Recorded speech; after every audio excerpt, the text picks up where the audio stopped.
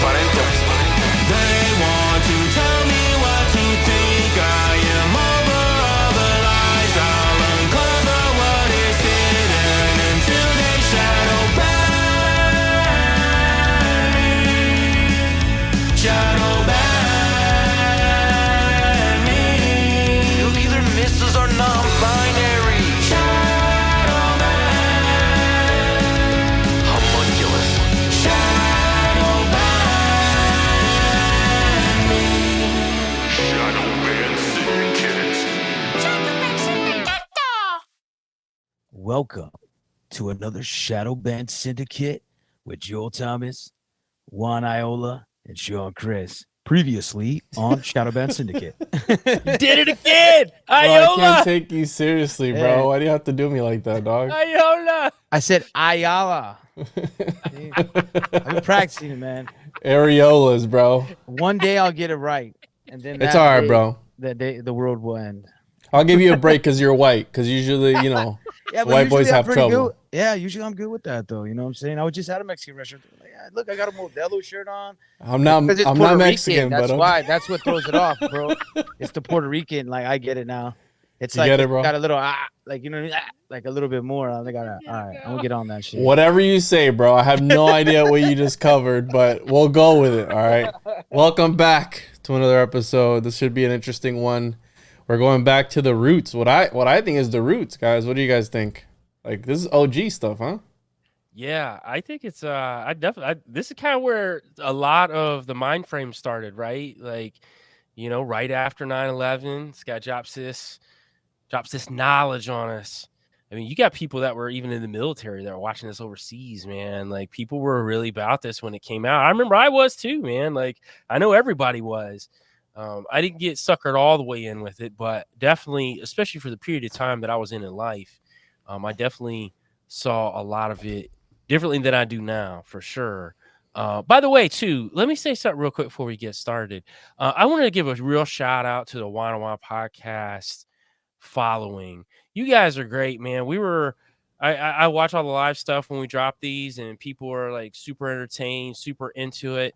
In saying that, Kill the Mockingbirds followers, man, got their cheeks super tight on the last episode we did, man. I would say 99% of our followers are great, but that 1% was just popping off, and they thought because Sean and I were disagreeing on air that we were arguing. Ain't nobody arguing. First off, this ain't a circle jerk. We're not jerking each other off here. We're expounding on ideas, and we're going to not agree with each other. Don't mean that we hate each other. Don't mean that we ain't going to talk to each other on the phone tomorrow, laugh it up, have a good time. It's what we do. These are what these shows are supposed to do. You're bringing a conglomerate of ideas so everyone can hear them and they can just start deciding for themselves. Use your cognitive abilities is what this is about. We weren't arguing. I mean, the black guy, I fell into the wall. I deserved it. I deserved Body it. shots. It's all body shots, bro. Yeah, it's for fun. It's to sharpen your sword. You know what I mean? Iron sharpens iron. That's how you get to where you want to go. Yeah, but it's different because people don't always know the dynamics. I think, you know what I mean? They don't know that, like, well, we're not scared bitches, so it's like, hey, it's just words, man. It's like, you know what I mean? Yeah, I always say whatever happened to sticks and stones may break my bones, but words will never hurt me. And like, words are everything now. Like, you refer to me by my correct pronouns, alrighty? I'm they, them, Nephilim, or homunculus, whatever you pick your pronouns, and you make sure you address me by those pronouns. So it's like we've gone full tilt, and I think this is why I find this topic so interesting, because it was one of the first documentaries I came across that was kind of going against my view that I had been presented growing up, if you know what I mean, like my religious upbringing and all that other stuff. And again, I heard you're a Pentecostal Christian. That's a secret, Joel. Keep it on the DL, bro. Okay, not a lot of people know about that. Not a lot of people know about that. All right, dude. I need you to keep it on the DL. All right. Reel So it in. let me see how old I was when this came out, because I remember I was a little jit. You know what I'm saying? Like, I was 13, bro. Bro, I was 13, and I remember when I was 12 is when I first read the book of Revelation. So can you imagine already confused, going through puberty, a young little boy, and trying to figure out the answers to the universe. And then this drops. Right when YouTube was, I want to make a hat, make YouTube great again. When YouTube was where you could say stuff, where you could have things, right? And nowadays it's like you can't, everything is censored. So obviously we're talking about the Zeitgeist, so we haven't already said it. And very interesting.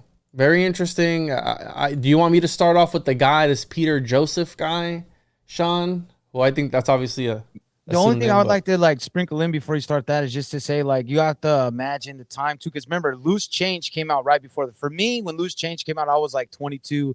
When this came out, I was like 24. Loose Change was so powerful and had so much information that this kind of like, and getting into it, you could see that it piggybacked off them a lot. Like, it used a lot of their footage, and this whole piece, when you get into Peter, it was an artistic piece. Like, it was not necessarily like, you know, it was politically motivated, and it had his philosophies entangled in, but it was like an art project. And when you kind of look at that lens, you're like, oh yeah, that's why there had so much of the weird like animation and different like cut scenes and things of that nature. Yeah, and this guy, this Peter, so it was supposed to be like some sort of weird, and I forgot, I don't know how to say the style that it was supposed to be in, the name of it, but it's supposed to be a performance piece consisting of Vaudevillian multimedia style, and that's apparently a theatrical. Wow, okay, let's get warmed up here, guys. Theatrical genre of variety entertainment born in France at the end of the 19th century. And it was originally a comedy without psychological or moral intentions, based on comical situation, a dramatic composition. So it was supposed to be very lighthearted. Obviously, it's not, because it talks about some heavy topics. But this Peter Joseph, now, I even put his name through an anagram reader and decoder. I put his name in a gematria, however you want to say it, calculator, trying to find to see if it had any numerical values, because when you watch, there's not really much on this guy. And whenever you see him speak, and he's been on Alex Jones. Alex Jones has even called them out, saying that he stole stuff from him, like all this other stuff. He's responded back to Alex Jones, and all these other people have talked about this guy. And I even thought about reaching out to this guy. Maybe we can get this guy on and actually hear it from the horse's mouth, right? I mean, directly from this guy. But when you hear him talk, he's very eloquent. He comes off as a smart guy when you hear him talk, when you hear him explain things. So am I saying he's a plant? I don't know, man. I wouldn't go as far, because I think that's part of, and you guys and I did that episode, right? What was it? PSYOP conspiracies, which got some cheeks tight. But this idea that everything is a PSYOP, I don't think everything is a PSYOP. But at this point in time, when this came out, there wasn't such thing. There wasn't this mass. What was it? MySpace at that time? It was MySpace. There was no Facebook. There wasn't anything else to be like, oh, here's a PSYOP. And that's the problem, that there wasn't as much information readily available as there is today than there was back then. So Peter Joseph, I put his name through all this stuff. Obviously, Peter in the Bible, Joseph in the Bible as well. Now, do I think it's some sort of pun on the Bible? Maybe, because this guy comes off as a sort of atheist, kind of, right? I mean, he's obviously doesn't a little believe. Marxist. He kind of like comes off Marxist. And when you go up the name Zeitgeist, which is founded by 18th, 19th century George Friedrich Hegel, a German philosopher, and that's kind of, and he was really, and this guy Hegel was really influential on Marx and Engels. So you do get a little Marxist, and like, I didn't see it at the time. That's why I thought it was good to go back and watch it with a different lens, because at the time I was like, whoa, like I was just baked out of my mind, like probably roll, like, you know what I mean? It was, you know, partying, like where you're just like, oh my God, dog, like, you know what I mean? Blowing my mind, just sitting back, like, wow. You were a little jit when they handed you that Zeitgeist, John. Yeah. Lil jit, bro. Yeah. Lil hamunk in the house, baby. I was like Duncan Trussell podcast. Whoa! And that's how I feel every time I come across like some new information or whatever. Somebody blows my mind on there. I'm like you don't know where to go, and you start to like self-destruct. And I feel like this movie or documentary, or whatever you want to call it, series of films, because I actually didn't watch the follow-ups until this past week when I was doing the research. So there's Zeitgeist, the movie, 2007, Zeitgeist Addendum, and then Zeitgeist moving forward, 2011. And they're all narrated, all directed by this one guy. There's like nobody else. And so when you're hearing about the information that's presented in these documentaries, it's very easy to get lost in the sauce, because here's the part that I find the most interesting about the information that's presented in this. Let's talk about the first one first, because there's information in there that is not that it's untrue. It's not that it's not. So it's not that it's untrue. It's that it's subjective information. And the example I'm going to give is when he's talking about, and I know Joel, you're probably going to go off on this, but the idea of he relates everything back to all these religions back to the sun, right? When he's talking about the parallels of all these prophets or whoever in these other religions that are born of a virginal birth, or that they're, that they were 25th, whatever, all that stuff. Yeah. A lot of the ideas, for example, the one, I think it was Horus or Osiris, and I've learned that being in this community, you will literally have the opposite of whatever you believe somewhere else. So if you believe in God, there's a dude or a person or a guy, whoever else, that's going to believe in Satan or whoever. It's the inversion, complete opposite. So when he starts to bring up the Egyptian cosmology, yes, you can find some of the information that he talked about there in places. Now, is the place and the source where he got it from reliable is a whole other question. But the fact that you can find a source, you can kind of take the responsibility, right, of like, oh, well, I did my research and I found something that said something along the lines that aligns with what I believe. Therefore, I can kind of take the truth and kind of manipulate it, because this is what these guys do. They'll take this truth and they'll do it to where it fits their lines. Like let's use an example. When I take the homunculus concept and I'll try and relate it to something else, and I go, well, it kind of fits here. Well, take that and it's the same thing, right? So, and that's the hard part about it, because the regular person, let's say that they were to look something up to confirm it, and they Google it really quickly and they see something pop up, because let's be honest, the people who do research are usually doing it on Google, and they'll look at the first 2 or 3 sections, and if they see somewhere in there pop, like, oh, there it is, boom, they just rule it up, it's true or whatever. They only read the headline, they don't read anything else. And I feel like this is what this movie was about. It's a very superficial stuff that's mind-blowing enough for those friends that you got, that when you start talking to them about this sort of stuff, they go, oh, bro, what, that's and it was hard to Google, and it was hard to Google back then. You couldn't just pull up all this information. There was information in 2007, but it wasn't what we use today. Yeah. Like, am I making sense? Am I making sense? Yeah. No, total. But I think I found that most of the stuff, I think part of the problem is when we do research, you're supposed to have multiple sources, right? Like I watch Zeitgeist, I watch then debunked videos, then I watch, like, you're trying to see all the angles so you could kind of get that, because the old saying, there's 3 sides to each story, right? His, hers, and the real truth, like something in the middle. And that's how it was here. But he had one source. He pretty much pulled all his info from a 1999 book called The Christ Conspiracy, the greatest story ever sold. So he used that as a lot of his foundation on some of the claims that he makes, right? And like you said, they're very broad claims. And like Horus, for example, is the easiest one, because there's so many multitudes of stories about Horus that you can fit in. Like the December 25th thing, for instance, this doesn't seem very logical, especially because Jesus wasn't necessarily born on the 25th. There's a lot of arguments that January and February, like, you know what I mean? Like, and Horus, there's a lot of things that see that maybe he was in July or August. So that's like completely apart. And a lot of the things fell apart because I think they were just trying to throw, like you said, they saw like, oh, I heard this here, that we'll just fit it in.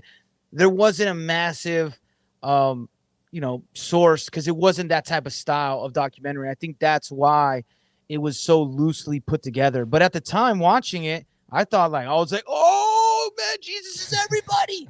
Like, I didn't know. What was the name of that book you said? It's called The Christ Conspiracy, the greatest story ever sold.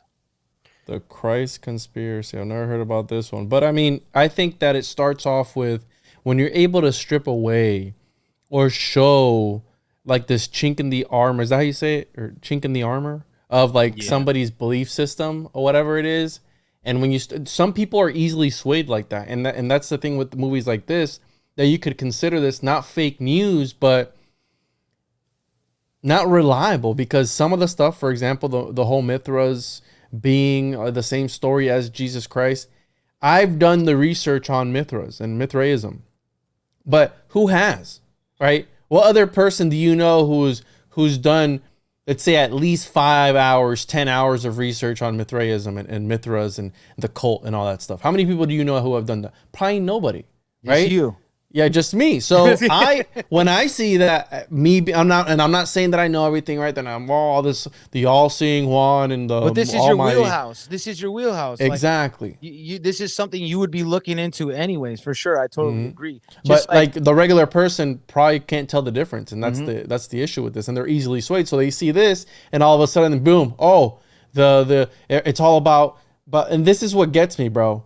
This is what like I find the funniest thing. Whenever I find somebody who tries to debate Christianity or whatever, and they're like, yeah, because it's, we know that the story of Jesus Christ, it's about him being a Capricorn, a Capri Sun, and a Gatorade and all this stuff. It's like they start bringing astrology into it, and I go, oh, okay, all right. And it's like if it all relates to astrology, like what came before astrology, right? Where did astrology get its information from? Because you can't tell me it's from astrology since the very beginning, because that's been disproven. And the whole the oldest astrological table is the Dundara. I think it's Dundara, which I just actually brought up on a recent video I did. But the point being that it doesn't go back as far as all these myths of cosmologies that we know of. I mean, the astrology came after that.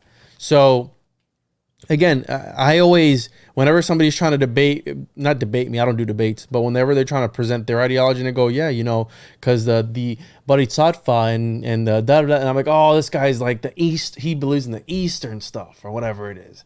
And then, you know what I mean? Like there's always like people center their beliefs around one certain, and I'm not bashing anyone's beliefs or anything, but sometimes people, they latch on to certain ideologies, whether it be Western or whether it be theosophical, right? When I'm reading a book about, Max Heindel or whatever it is, and it's like, oh, this is based on theosophy, which is very Helena Blavatsky, Crowley, Steiner, all these guys, right? But they took their ideas from Eastern mysticism, the Buddhists and all that other stuff over there. So again, you always center your ideas, and I only watched one interview of this guy that he did and his appearance on Alex Jones. Alex Jones was screaming at him, and I can't really pinpoint where he's at as far as like his personal belief system. I don't know if you guys found something more than I did, but have at it.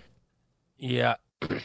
Man, there's a lot to say about everything you just said right there, because I was going to get into the astrology piece as well, because he really uses the zodiac as a symbol of why that Christianity is wrong.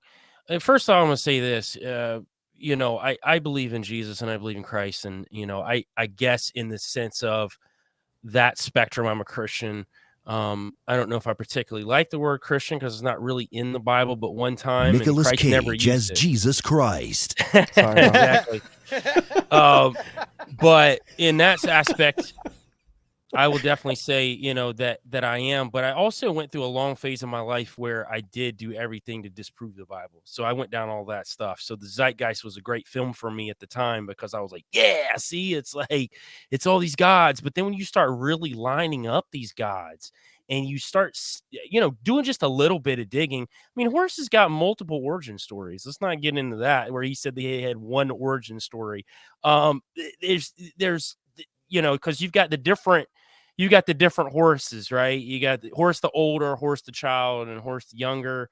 And Horus know- came from a wooden dildo. Everybody knows that, man. Like A that's dick. Yeah.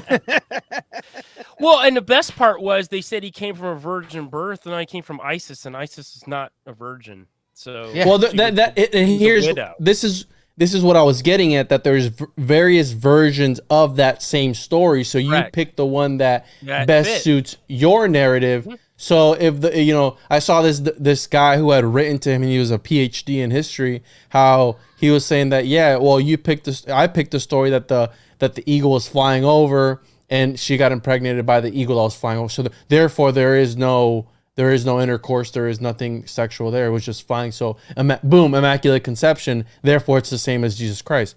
Now, it's very easy to nitpick and cherry pick from different points in time, where the regular layman is not going to know what you're talking Right. about, except that you're linking it, and then they'll do a quick search.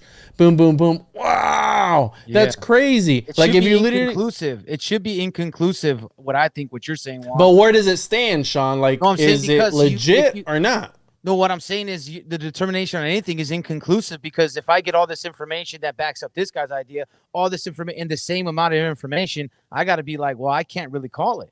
You know what I mean? Like, there is no perfect answer. Then you can't piece that one together.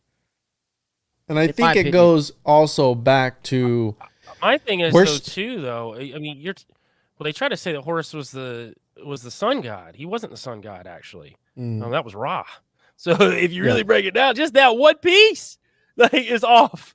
I mean, that's just one small piece, and I could go down the table of things that. But Horus Joel, and so- Jesus don't match up. Yeah, but then again, you say you could cherry pick it and make it work if you want to. You could no, also but do that don't you too. get what's happening? So right now, this movie was made in. Right, we're talking about the first movie, the beginning of the first movie, where he's talking about the breaking down Jesus Christ and the story of the Messiahs and all that stuff. This was 14 years, right? 14, 15 years ago, however long ago, 2007, right? A while back. Now, we're not arguing, you and I, right? In this I was group, just gonna say, hey, stop, but stop my thunder. we're still talking about this thing that came out X amount of years ago, that he was talking about stuff that happened thousands of years ago. So I think that it's all part of the design, because a church, right? A church divided, it doesn't stand, or however the saying Absolutely. goes, right? So even, I've always said this, at the end of the day, I don't think we're going to ever know the truth, Joel. I mean, that's just the way I stand. I consider myself a Christian too. Like, bro, I pulled up my Bible from 2005, dude. I was reading the book of Revelation in 2005. Okay, so look at this. Corinthians. Look at I have a whole bunch of highlights, bro, as a kid, right? Reading this Bible, right? And I always keep it next to my desk. I read the Bible and I did a prayer at my high school. What the hell? The valedictorian, whatever the hell this says, bro. Whatever that says. Baccalaureate. What is that? Is that how you say it? My pronunciation's rubbing off on you, man. I don't know. Baccalaureate. Yeah, thanks, Sean. So You have I been gave. struggling this episode. Like, definitely Yeah, we're Sean's, like, struggling. rubbed off. We're struggling out here, bro. Look, prayer. Let's see here. I did a reading of something. I forgot what I read. Areola. Yeah, the words of whatever. Anyways, I did a reading. This is 2012, bro. May 20th, 2012 that I Right. did this, right? And it's baccalaureate. I'm pretty sure that's how you That was say the it. year the world ended too. Crazy. That's the year the world. Exactly. you So- ended it with your prayer, man. Bro. So, That's- point being, I consider myself a Christian. I believe in God. But will we ever truly know the truth? Whatever the truth is, with a capital T or lowercase t, whatever that is, will we ever truly know? No. Because, I mean, that happened in the past. Unless there's somebody. Not as flesh. Not as flesh.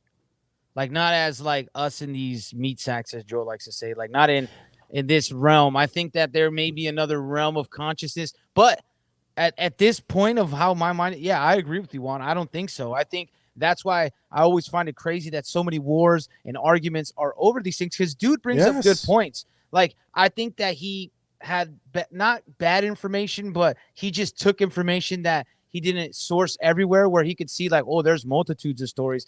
Like Yeah. you said, he let it fit his narrative, but he brings up good points, because I've said it plenty of times.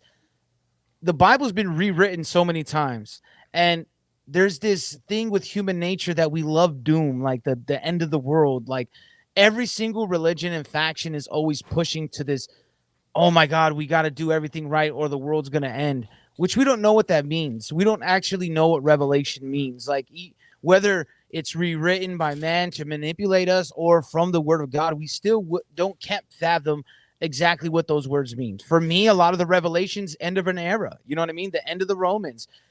I could see that some of the religions have been compromised for sure. We all agree on that. And then the Bible has probably most likely been rewritten to manipulate on purpose and some on accident, just miscommunications, not understanding what one word meant, things of that nature. But what he focused on kind of tripped me out. Like he was saying about, oh, the zodiac size 12. Well, whatever happened to the people that talk about there was 13 months? Well, if there was 13 months, how are you going by the zodiac? And the Gregorian calendar, who the fuck came up with that? Like all these, it's changed, and that's the thing. But I think that's besides the point, because I want to talk about one thing that you're addressing, that I feel like in this community, and I wouldn't say the humanity, but I feel like this community especially has a fucking hard on when it comes to like end of times, or when it comes to like prophecies, or when it comes to, right, I just recently did an episode on the proto-evangelium. Like I didn't know what that was or anything like that. And he gets into Nephilim and end of times and all this stuff. But the idea that the end of times is coming soon, and I feel like especially this time, like 2007, how many he was talking about the collapsing of the banks, right? We're talking about the collapsing of the banks right now. Where we've always talked, bro. 2007 to 2011, when all the movies came out, we had the economy crashed. Like it's almost like he was prophesizing it. Everyone's like, oh man. So I think that it pushed a lot of people towards that. But it always bounces back though, Sean. There's never like the full blown apocalypse. Like what's the Will Smith movie, I Am Legend, like end of days, dystopian. There's never none of that. And I think that's what people want. Therefore, when they want that, when they're looking for that next biggest thing, and we know in the conspiracy community, everyone's like, a big event is gonna happen in April of 20, blah blah blah, and they'll like post videos on YouTube, and they'll do all this stuff. Like even if it's for clickbait and all this stuff and clicks and clout, you're still speaking that into existence, and you're still kind of wanting that. And how many of us, when that thing popped off in 2020, bro, I'm gonna be honest with you, I loaded my magazines up. You know what I'm saying? Like I was ready. I wanted it to pop off. Like I was like, yeah, it's about to go down. Did anything happen? Did anything really happen? No. I think if anything, it woke people up more. But guess what? When the next thing pops off, there's still going to be the division, and some people are going to see it and some aren't. It's going to be the same shit over and over again. And I think this is what these movies are about. They come out and it's like, they present all these crazy ideas. The dollar is going to fail. Boom. Let's say that there is a recession. 2008, the housing market, everything crashed. Or a lot of people lost a lot of things. But hey, it rebounded back up again. And where are we at now?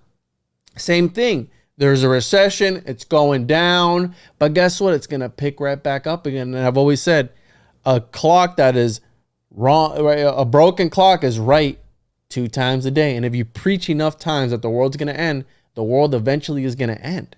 But I don't think that we know. And I think that these movies like this, they fuel that fire. And I think it's like, it's some sort of fear porn for people. I think people like that. I think that's why people follow Alex Jones and characters like that, where they get off on like, yeah, tell me more, Alex. Yeah, what they're doing? What they're doing? What, Alex? They're turning the frogs gay? Is that where you're trying to get at? I don't like them putting chemicals in the water. They turn the friggin' frogs gay. Listen, fuckhead. Yeah. Those are fucking fighting words. Excuse me. What the fuck's your problem? So again, I think that's what people gravitate towards, that character, because they love that, they're attracted to that. And then you have the people who are the opposite, who are repelled. And it goes back to that two-party train of thought where you're either on the left or you're on the right, or you're a conspiracy theorist or you're not a conspiracy theorist, or a flat earther or you're not a flat earther, or you're a homunculus or you're a Nephilim. You pick. You can't be both a homunculus and a Nephilim. You got to be on one side, Joel. You got to pick. Which one are you on, bro? Hey, I did that poll on our last episode, there was a lot of people that were not feeling the homunculus being a Nephilim too. So they were feeling that one, man. They didn't like the mix, and I think you can definitely mix. I'll say this though too, when it comes to the Bible, and I believe in the Bible, and I think, and we've had this conversation on the last one, and I think God had His hand on having this book to us. And I do get both your point of views. I don't discredit that, and I do agree with what you're saying, Juan. We don't understand. Let me say it that way. Maybe this book we don't fully understand. I think it's correct, but I don't think we fully understand it when it comes to the book of Revelation. I think that's a tough book to understand. Now, do I have fun with it? Absolutely, man. I love going down the rabbit holes of Revelation and tying it into Nephilim and portals and everything else, man, because that's fun to me. When I talk about end times, like, it's more of a fun thing. I don't live in fear, because here's the one thing that supersedes this book, and I'll have mine right here as well. Jesus said, I am the word. At the end of the day, he supersedes that. God supersedes even that book. So like when he came, he did that to stick it to the Pharisees. That was the whole point. When he came to rectify things. He came to save us. So like he said, I am the word. So at that point, he supersedes like anything we can possibly understand about anything, right? We were talking about the Zodiac, and I can go deep when I talk about the Mazzaroth, man, and how I think that the actual Zodiac, the thoughts of the Zodiac were long before Adam. When we're talking about the constellations, I think the Mazzaroth, I think it spoke to the coming of Christ. I think it was a prophecy, but I don't think that this is necessarily what the Zodiac was. The Zodiac was a part of astrology that was brought by Barakael in the book of Enoch. He taught humankind astrology, so he taught them the Zodiac. This came from the Brotherhood of the Snake and Cain and his son Enoch. So when you're talking about the Zodiac, I think it's a corruption of what the Mazzaroth was, and I take it from what I actually think the constellations were there for, because I think the stars have been there for billions of years, long before Adam, and I think it spoke of his coming, and I think that's why like Lucifer got pissed off, and I think he knew that this was all coming down the pipe. So I think obviously they're going to use some corruption and some things to detract from that.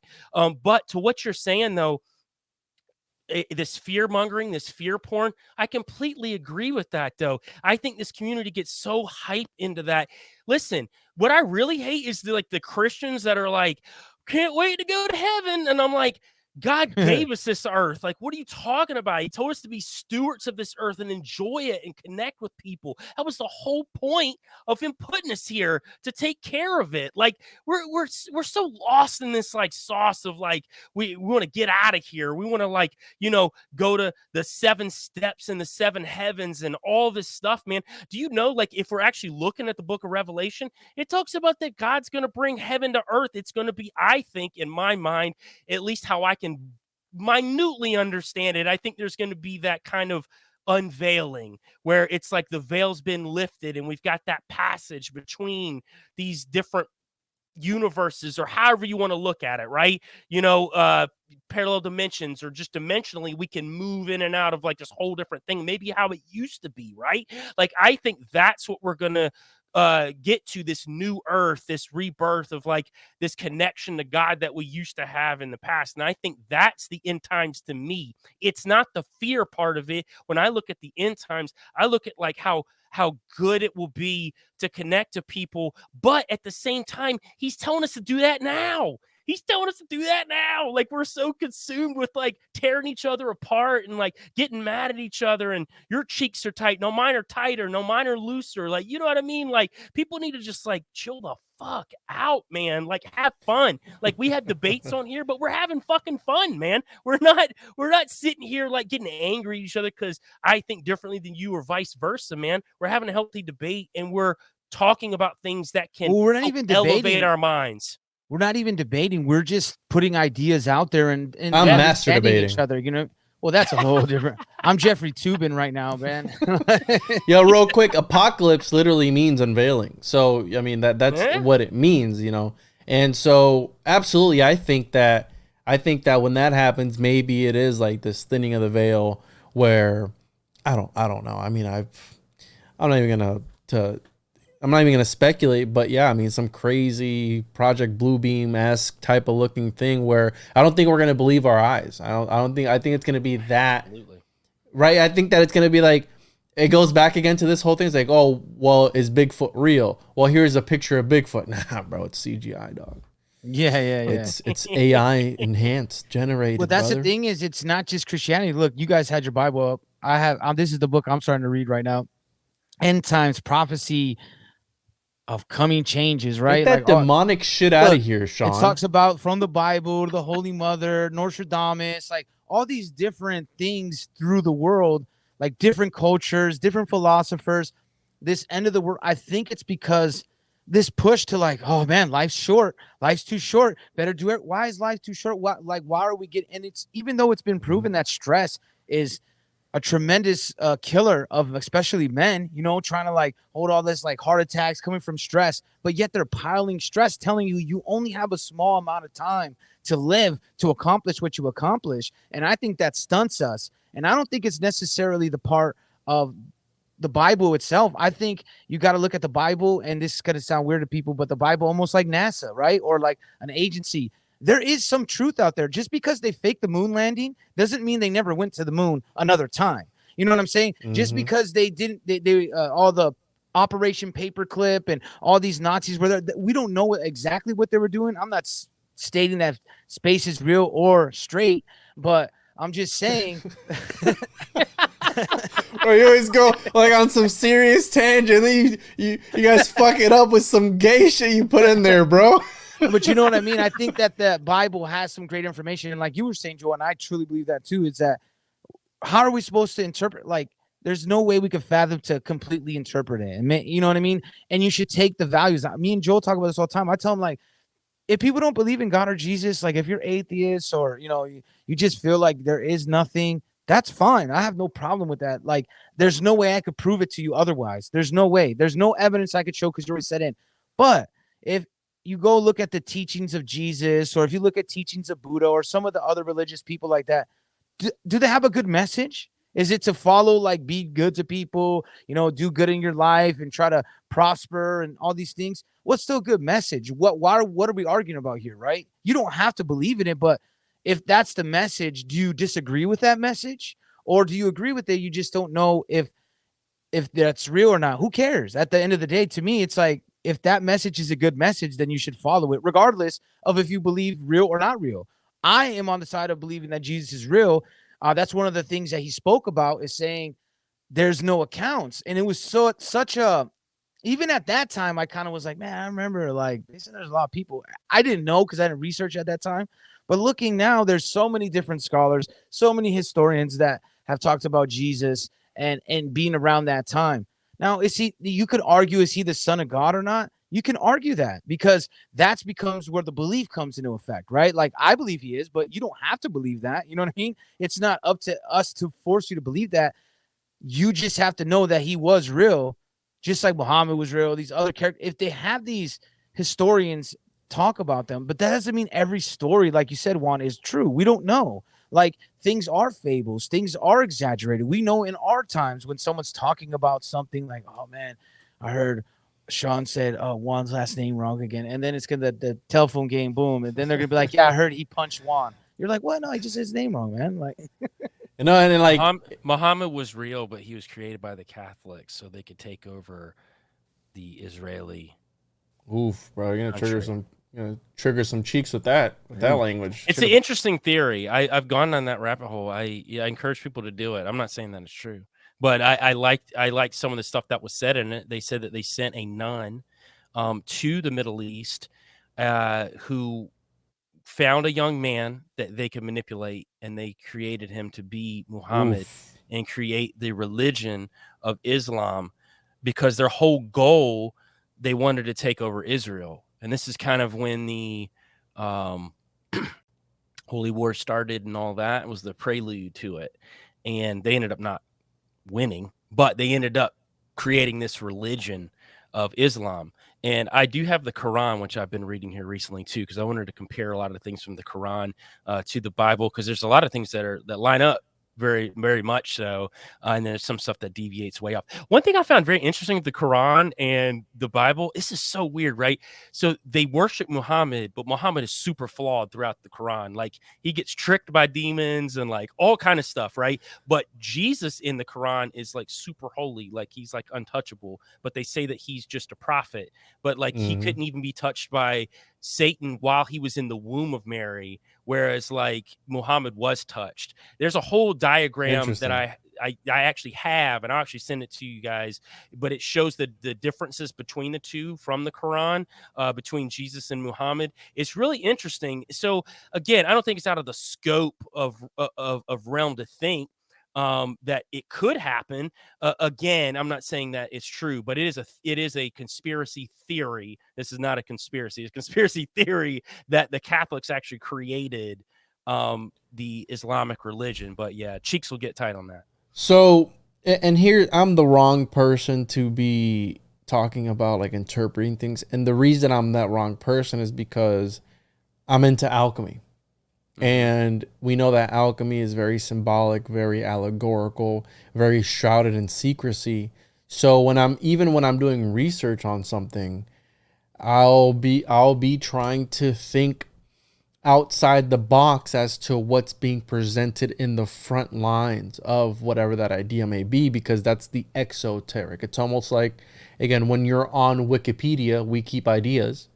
They present to you the exoteric, and for you to dive deeper down, you can start by going to the sources and trying that, but the way to find the good shit, as I like to call it, the good stuff, is to dive deeper into it can either be a dissertation by a PhD, whoever, a scholar or an academic. You can start off by doing that, or reading an actual book about the practice. Now, the reason I bring this up is because, we're talking about death and all these different things, because it stems from this movie where they're trying to bring forth the errors in mainstream religion and kind of sort of discredit religion as a whole.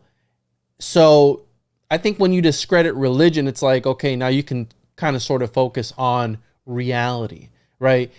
Put away all your superstitions and all these other things, and you can focus on living now.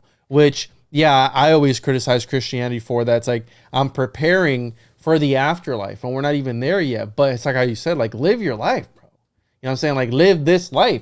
But some people, they fall in these reality tunnels where that's the only thing that they think about. Right. Being a good Christian. I have to walk on eggshells. God's watching me. And like, you can see where that can psychologically do a number on a person. Legalism. You know what I'm saying? Like if they're there all the time, they go, oh, like, I can't do that. It's like, no. We're flawed.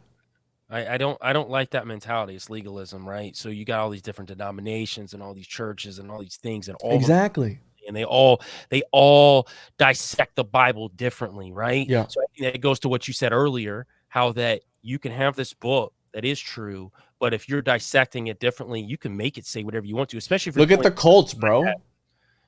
Yeah, exactly. Look at cults. Hey, I got a good one for you. You got two groups that are very similar. I'm about to get cheeks tight right now. Very similar. You got the Ku Klux Klan, and you got the Black Israelites, who are very similar on opposite ends of the spectrum, and they both read the Bible, and they both make it say what they think it says to make their race supreme, and both of them do it.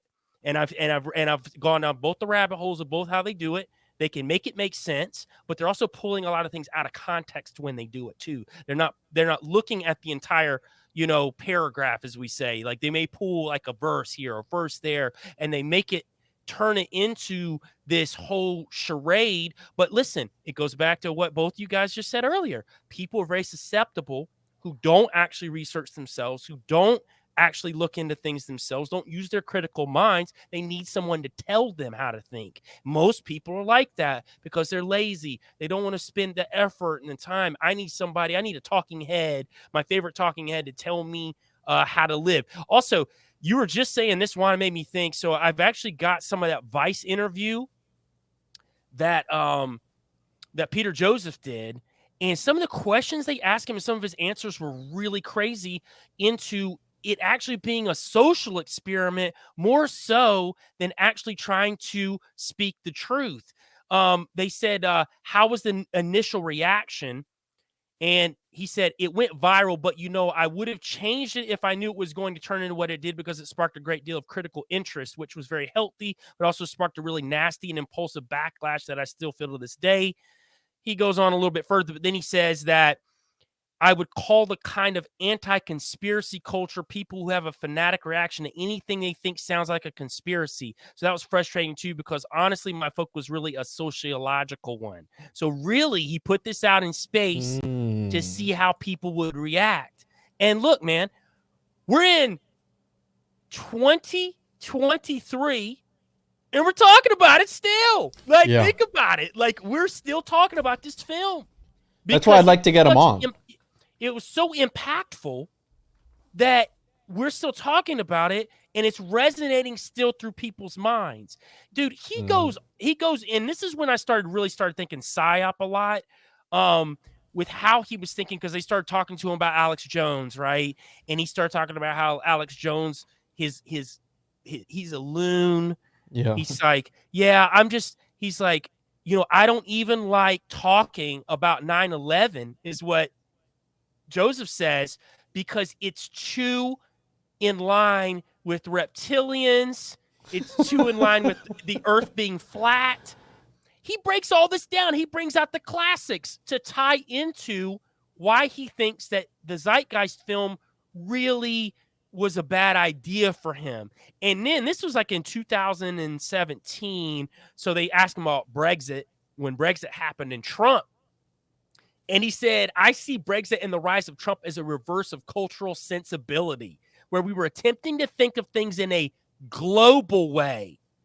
Things are now getting worse in an exponential way because our systems are too outdated, both politically and economic. So this dude's talking about globalism. He's all about it. He's all about globalism. He's all about one world order. This is the guy that put out the Zeitgeist movies. So that is literally talking about globalism. Would you say, Jones Joel? were both talking about the Homero, remember? Like, that was a huge psyop that, like, forced everybody to think there was going to be, like, the euro, that Canada, Mexico, and America. It was, even Jones was spewing all over that. And to your point as well, New York Times interview, and he was asked about 9/11. He said, I've moved away from that. He wants nothing to do with any conspiracy. And he was really focused on science. He believed like science is the way forward. That's how we move forward, which was interesting because of what we just went through, a couple years ago.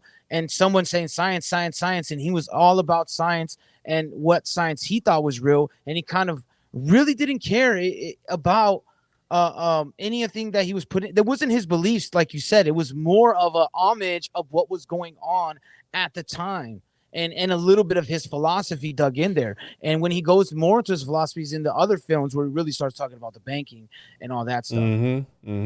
Would you say, Joel, what would you rate it? I mean, on a scale from fake to gay, where would it fall in that scale? I mean, would it be more fake or more gay? Or a mix of both? I mean, a chimera of both. What would you rate it if you had to? This guy, I mean, the whole movement itself. I mean, the movement itself. Enoch would have told him to loosen thou cheeks. I think, honestly, he would have looked dead at him just like he did the Nephilim. When they were asking for help, he would have been like, loosen thou cheeks. I think it's on that scale. I just think that there was truth mixed in throughout, especially the 9/11 stuff and the banking. I thought that was, but he also did this so very craftily. He hits you with that religion piece early. He's a smart guy, bro. He wants you to know that religion is fake and gay. He wants you to know that it's all fake. And especially Christianity. Now, again, but so what you're talking about. So take religion, you destroy that, and you look at this. This is directly from the website, thezeitgeistmovement.com. And I'm not trying to bash this guy for changing his mind if he did, because I change and reserve the right to change my mind whenever I see fit. including if it's flat or not flat. Who knows? I mean, if one day we find out it's a pancake Earth or whatever it is, or waffle Earth or a strawberry Earth or whatever it is, I'll change my mind to be okay. You guys were right. It was a banana split Earth or whatever it may be. But point being that you can change your mind on things as you develop in your life and you learn more things. So this is directly By the from. way, I think the 7 heavens prove that it's not flat, but I'm going to save that for a bit. We'll save that for another episode. It's more of a PB and J, if you ask me. But so this is the mission statement, founded in 2008, the Zeitgeist movement, TZM. And it was funny because when I pulled up the dude's YouTube, it was like, I was like, yo, what the fuck is TMZ talking about the Zeitgeist and Alex Jones? It was because it was TZM and the logo kind of looked like TMZ. Bro, I'm serious. It does, though. It is a sustainability and public health advocacy organization. It conducts research and activism through a network of regional chapters, public events, and various forms of educational media. So again, when you're talking about movements and all this stuff, I think about you destroy somebody's religious, superstitious views upon of this world, of this earth, whatever it is. And you look at this, the term zeitgeist can be defined as the general intellectual, moral, and cultural climate of an era. We know that zeitgeist also means spirit. I mean, you can look up the etymology, right? 1848, literally. So spirit of the age, literally time spirit. So again, this got all these different connotations. And so you go here and you replace all that, and this is what I think is happening. You replace the superstitious thoughts and ideas with what? With intellect, with scientism, right? But trust the science, believe in the science, right? Like this logical, rational point of view. So the term movement implies motion and change. Therefore, the Zeitgeist movement can be seen as a social movement that urges change in the dominant intellectual, moral, and cultural climate of the time, because zeitgeist also refers to schema of fashion or fades that prescribes what is considered to be acceptable or tasteful for an era. So in the field of architecture, in the field of homoncology, in the field of Nephilimism, whatever you want to call it, I mean, whatever is accepted in that field, you therefore change that. So we have here, what is the basic structure?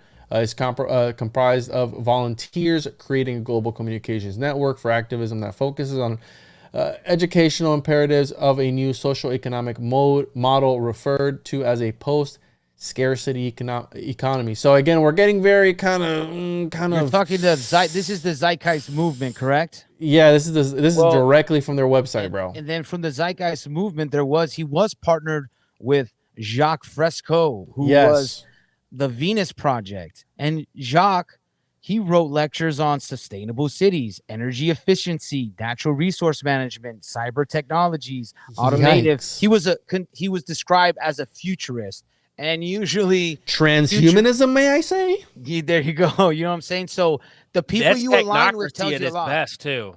Yeah.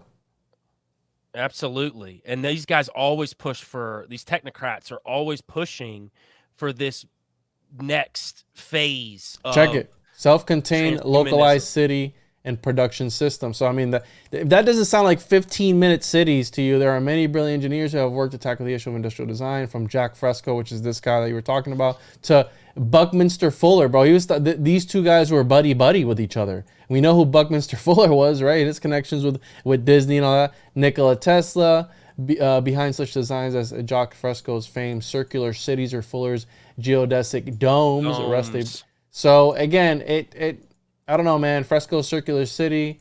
Let's look this up before we make any assumptions. I'm talking about 15-minute cities. This dude's talking about circular cities. I mean, kind of sounds similar to me. I don't know. One that promotes a linear to a circular economy and integrated way across all its functions in collaboration with citizens, businesses, and the research community.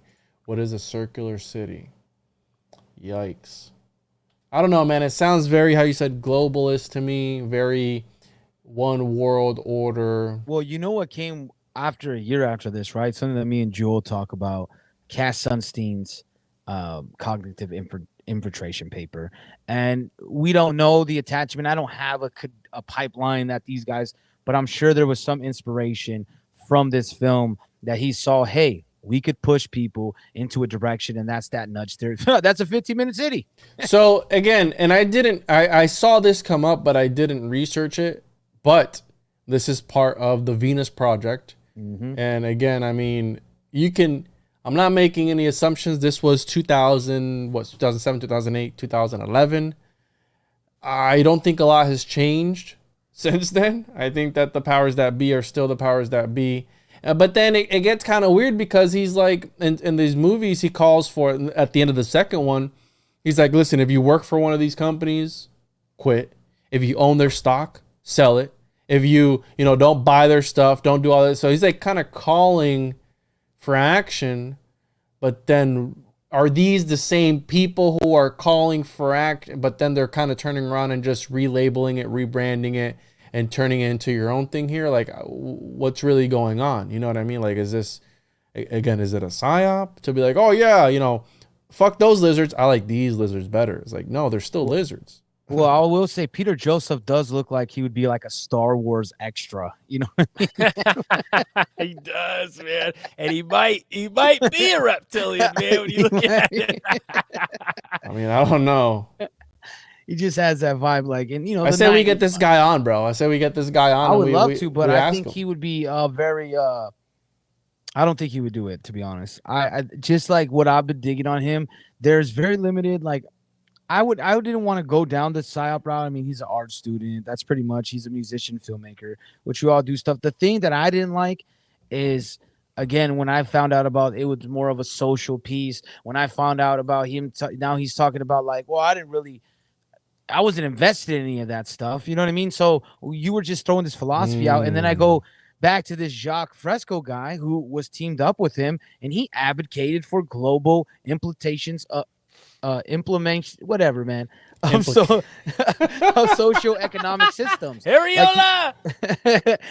He was for this global thing, this whole global system, one world government that supposedly this whole film is against. But rewatching it, I got a lot of Marxy feel. Like, it was real Marxish. Like, you had a lot of that in there. And like, I get it, against capital, like, but what happened was they grabbed that moment of, this was the Ron Paul era. This is when you had a lot of libertarians out there. So that grabbed them because he hit the key words. Talk about Jekyll Island. He talked about the Federal Reserve printing up too much economic hitman. Rockefellers. Everything. He hit the points that are like, we all like strings of whatever. Okay, he's on our level. We know what he's talking about. But if you started getting into the film, he started wrapping it more into his philosophy, and he still speaks. And the stuff that he talks about is a lot different now. You know what I mean? He's like formulated. It almost reminded me of something I watched the other night. It was like The Ultimate Warrior. I just watched the whole Vice Dark Side of the Ring on Ultimate Warrior. And then he just became out of nowhere from this character. He's like a super right-wing conservative. Like, you know what I mean? It's like, how do you get this? Because they see something that they've always seen, and now they attach to it because they can label it. I think this is to me was an experiment to drag us in, similar to the cognitive infiltration, the nudge theory, these things that these think tanks come up with to kind of like, hey, what's going on with it? Let's poke the bear a little bit. Let's see why they think this way. Can we drive them here? And I believe the end result was to move it into this. What did we get after that? BLM, Antifa, you know what I'm saying? Like that, because they all came from the what's it called? I can't, slip in my mind. The Wall Street. What was it called?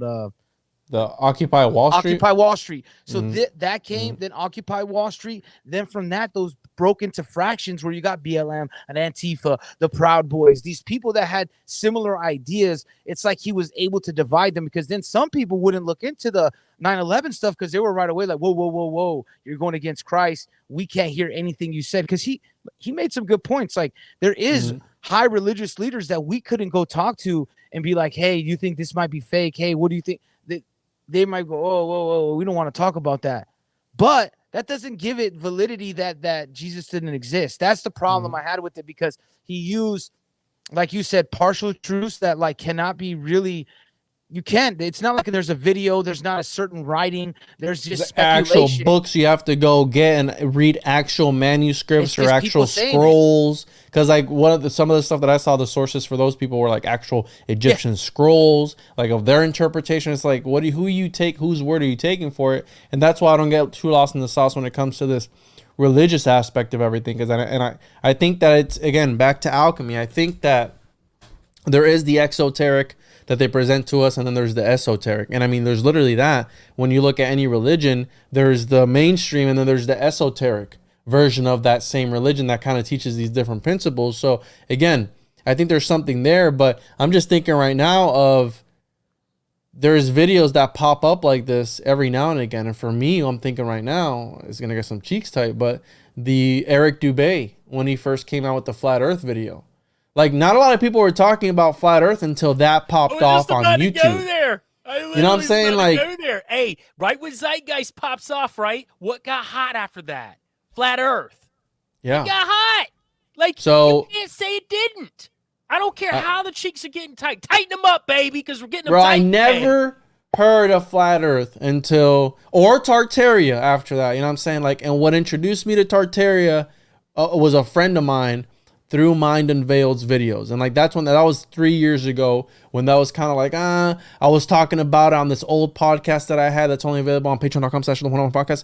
And, you know, it's only available on there.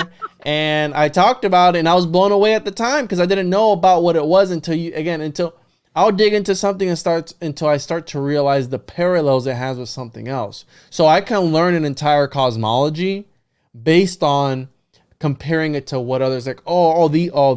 The Typhonian numerology. Oh, it's kind of like Pythagorean numerology, except a little bit different. It's you kind of see the parallels there, where one group, obviously the Pythagoreans came first, but where they were influenced by these people, right?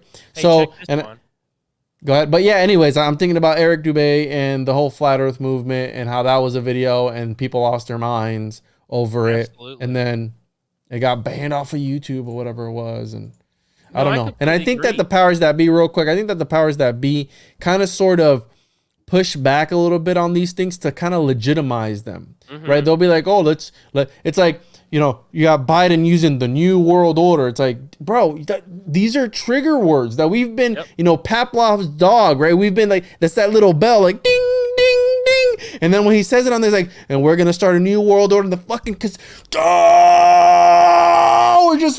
I'm coming everywhere. You know what I'm saying? Like, they were going crazy. They were going wild. I thought that was Alex Jones right now. I was like, is he here? I didn't know we got him. Bro, they had the red lights in the back. He's talking about all this shit. And bro, the conspiracy thing, the rock hard, bro. They were just jizzing everywhere. You know what I'm saying? Yeah. Woo. All right. No, I agree, Juan, completely with that. And I think the Zeitgeist was kind of that first one that got put out in space. It was created, and I think it was created by a think tank. I don't even know, Joseph. Maybe he had a hand in putting it together, but I don't think it was solely him. I think his name's on it, but I think that he is the face of what they needed to put out. And right after that, Flat Earth's cooking, and then you got Tartaria not long after that cooking. Another big, in my opinion, psyop that has levels of truths to it, but is there to set you off the path of what's really going on. And back to that interview, man. So they're asking him about Trump, and this ties into that whole mentality. We're talking about Flat Earth. We're talking about Tartaria.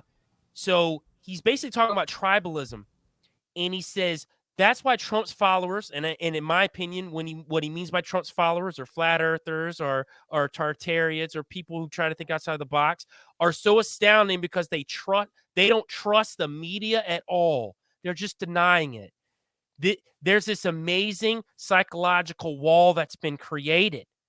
So he starts breaking into what tribalism is. And this is really wild because he himself is a tribalist, because he is trying to show that you need to listen to the media. You need to be on this left, quote unquote, side of actual academia. Like, this is where you need to be. And he's trying to put in the context of Trumpers is these QAnons, these flat earthers, these Tartarians, these people that have some truth, probably some stuff that's been created, though, by these think tanks and Joseph himself, which was started with Zeitgeist.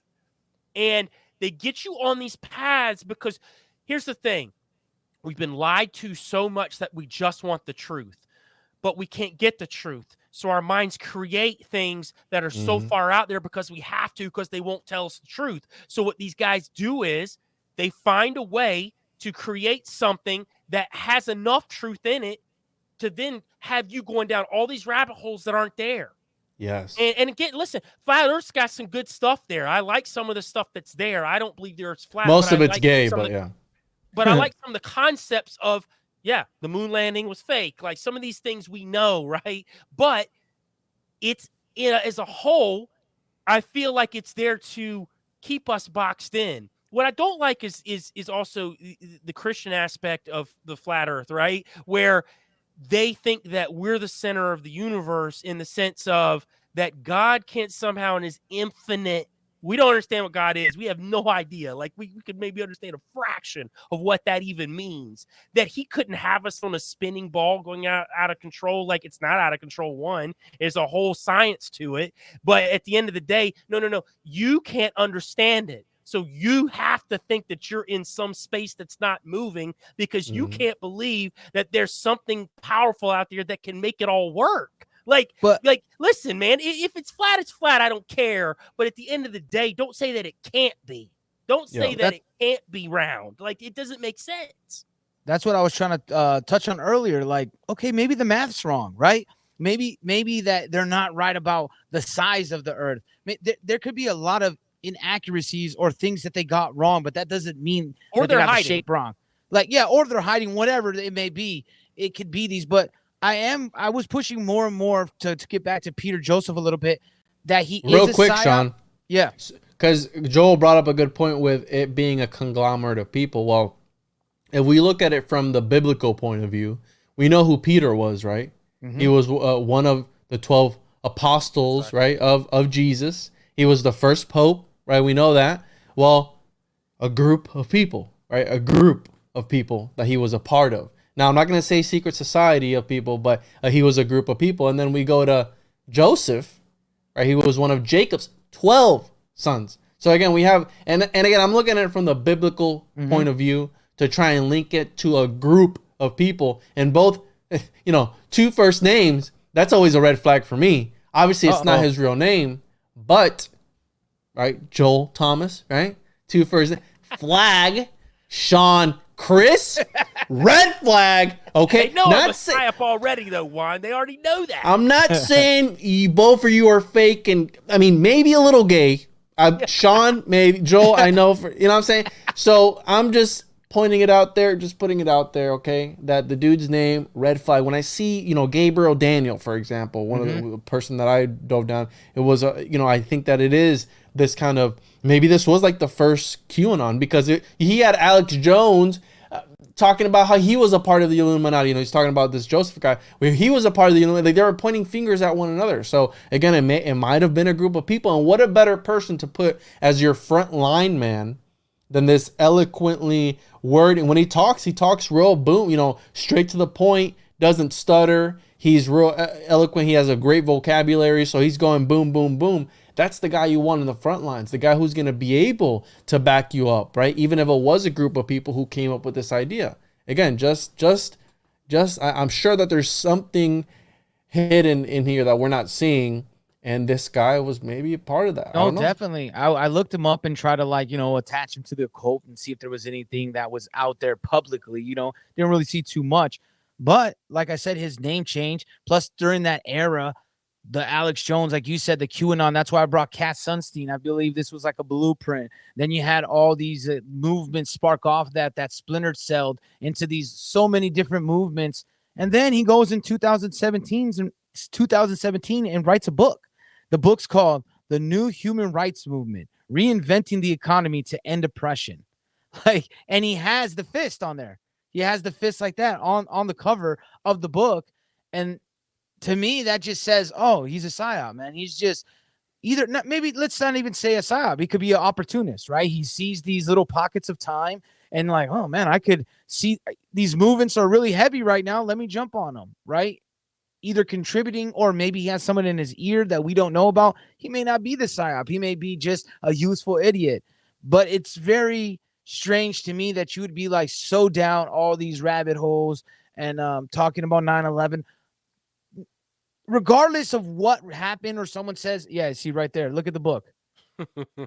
Right there, bro. That tells it all. And it's in the book is talking about society's broken. We can design it our way, a better way. What's that? That's Marxism.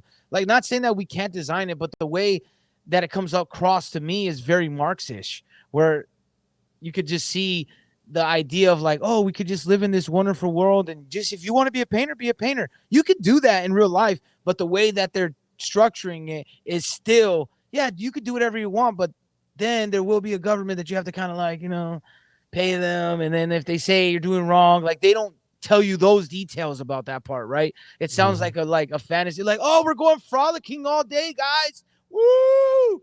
And then like you're like in the camp and they're like, oh, sorry, we just decide what job you get. You know what I mean? I know you said you can have any job, but we decide the job.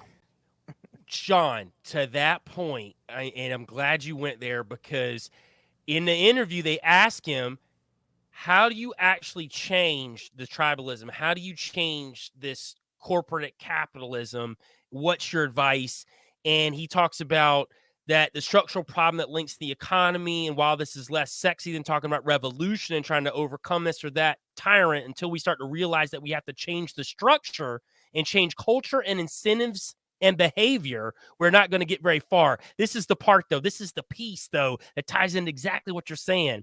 He said, but it's effectively about removing this unnecessary and scarcity-driven dominancy and competitive ethic, because it's not needed anymore. Now, there you go right there. There's Marxism to the fullest. Let's take out competitive ethic. Let's take out trying to better yourself, trying to do research for yourself, trying to elevate yourself, trying to elevate your fellow man, trying to connect with your community. All of these things they don't want.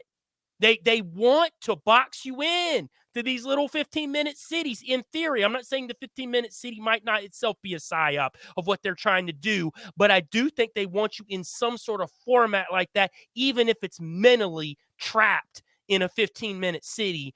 That's what they want. And this guy who came out with Zeitgeist is all about everything that's the opposite and of out of Zeitgeist. Out of nowhere. Yes. He came out of nowhere. He wasn't like, hey, my first two. This is like his first film.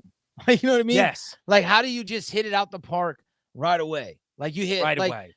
I know YouTube was different. I know that things could go by wildfire. It may have gone that way because it can grow grassroots. Mm-hmm. It obviously will give you much better validation if you go grassroots than just like, oh, you got. And we didn't understand about bot farms. We didn't understand about, getting likes and getting views, like algorithms. We didn't understand any of these things at that time. So it was so easy to get everybody captivated. Then they threw it on Netflix, and Netflix was relatively new at the time. You know what I mean? Mm-hmm. And who was like the one of the main people in that? Bernays, the nephew of Bernays. His nephew. So I'm gonna go on a limb here and say that maybe, perhaps, because and I did an episode on this. Maybe a lot of these movements that we know today, I'd say Dogman, Homunculus, cryptids, right, in general, UFOs, how much of that has been orchestrated and actually artificially manufactured, right? No pun intended, right? You got the homunculus in there, but these ideas, and then they're inseminated into society to see how this guy was talking about some social experiment. And not that, but I mean, I don't consider my podcast a conspiracy podcast. I like to look at it more from a historical point of view, but a lot of things that I talk about could be or alternative history or conspiracy. And I mean, how would it be if all of that, most of it, 99.8% of that was manufactured by these people and put in our society to, again, we're having a conversation about this very thing right at this point in time.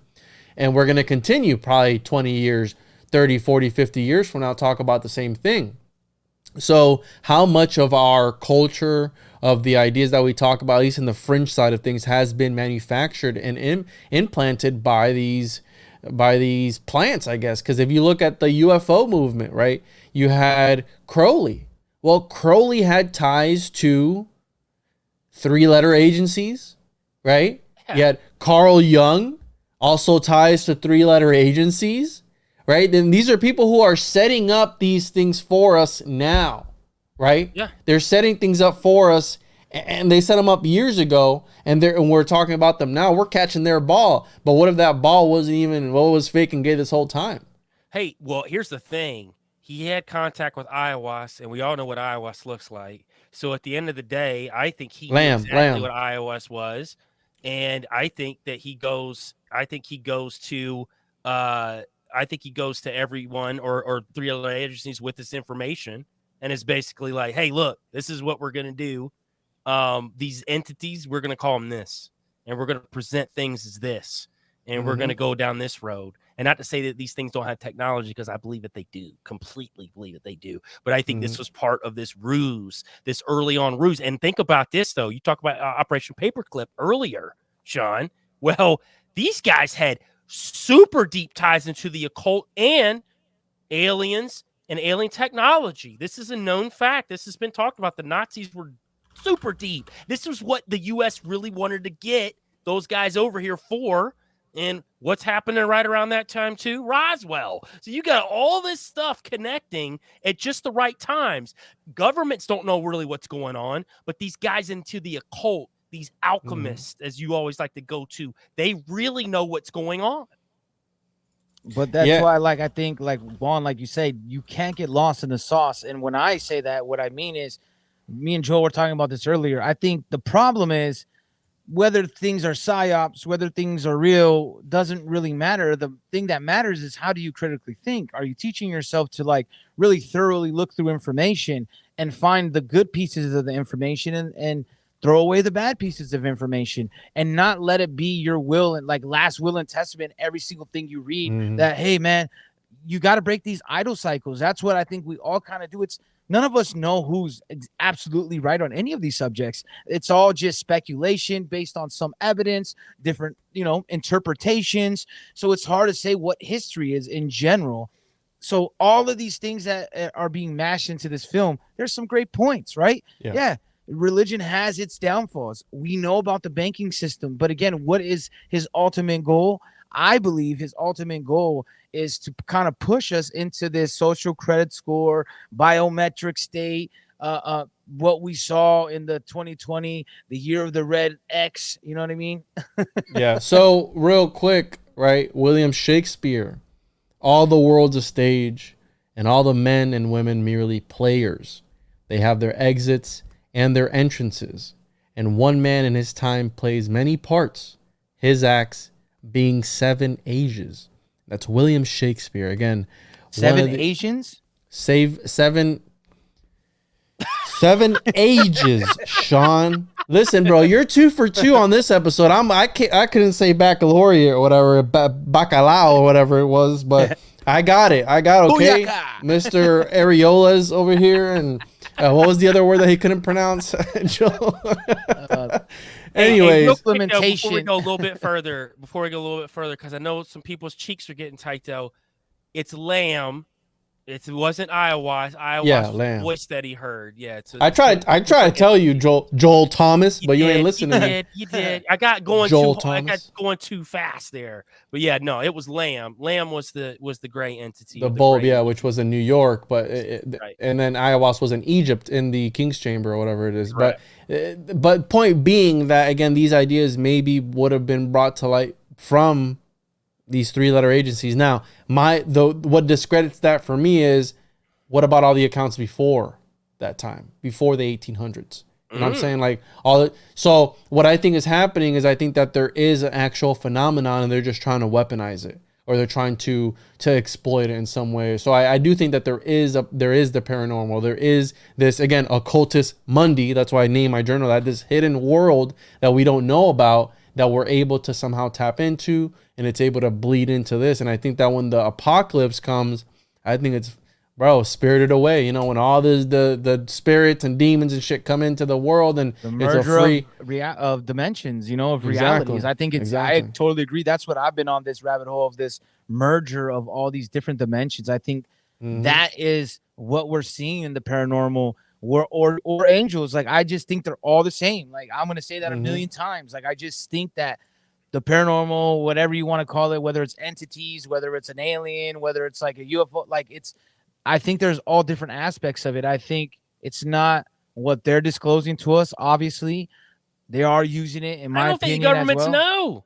I think they only know Yeah, what they they're don't know. told. I think you've got a select group of elites that actually know what's going on. I think the governments think they are aliens. I think they're exactly what they're hiding from us, right? I think like Roswell, the Roswell incident was for them to get contact with these entities and for it to seem like it was this crash. I think the people that went there for this crash, it was a crash to them. I think it was. I think it was a side, it was a setup. Well, but I you gotta think it was think. exactly that. I don't think the governments are that But look damn at that smart. time, I really though. don't. No, I agree with what you're saying on that. But what I always look at as, like, when you see those sightings back then, like, think of the planes, right? The B-52 bomber, the shapes of the planes, shapes were changing. If we were to see that at that time and never seen anything else like it, we'd be like, whoa, man, that's a crazy flying saucer. So I think there's, like, to me, like, the flying saucer stuff, not saying that there isn't any of those, but I think a lot of them can be attributed to technologies used by different militaries, right? Yeah. And then Yeah. I Absolutely. think that's part of the things that they're kind of like hiding on,